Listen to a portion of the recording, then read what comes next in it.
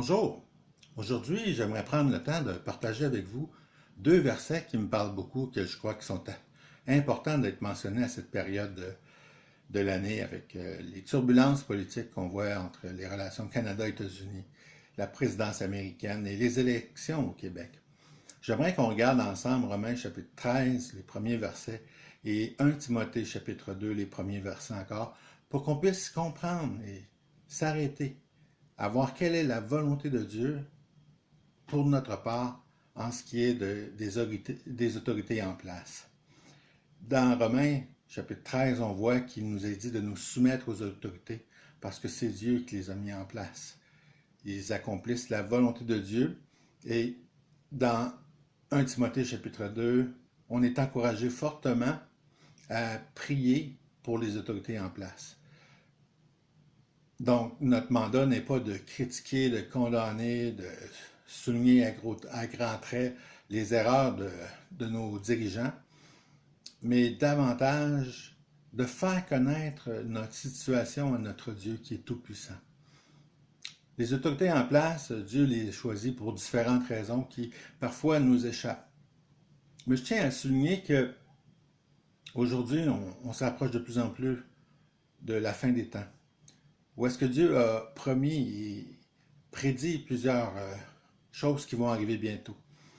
Et les politiciens en place, les leaders politiques d'aujourd'hui, sont les pions que Dieu utilise pour accomplir sa volonté. Il peut en choisir des bons, des méchants, mais il a ses raisons qui lui sont propres.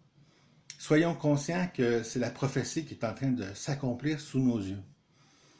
Et dans la mesure du possible, tant que cela est acceptable dans le Seigneur, soyons soumis aux autorités et prions pour eux, afin qu'on puisse vivre en paix, comme il est dit dans 1 Timothée 2, et que nous puissions proclamer l'Évangile. Parce que, ne nous trompons pas, notre ministère ici est celui de proclamer l'Évangile, et non pas celui de critiquer ce que les autres font de mal. Parce que si on s'examine soi-même, on a beaucoup de choses à travailler dans nos vies et on est dans un processus de sanctification.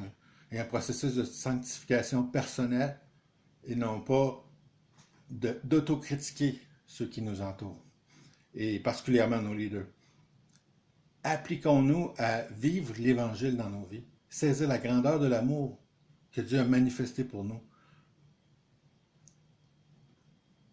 Prenons conscience de l'urgence d'agir afin de proclamer l'Évangile, la bonne nouvelle, à ceux qui nous entourent. Parce que bientôt, ça ne sera plus le temps de partager l'Évangile, parce qu'il sera trop tard et que le Seigneur va revenir en apportant son jugement à ceux qui nous entourent. Rappelons-nous que nous étions de leur nombre. Nous étions sans Christ. On n'est pas mieux qu'eux. On a reçu une grâce. Et cette grâce, on se doit de la partager. C'est pourquoi il est important de prier pour que les autorités en place nous accordent une période de paix encore pour qu'on puisse proclamer cet évangile.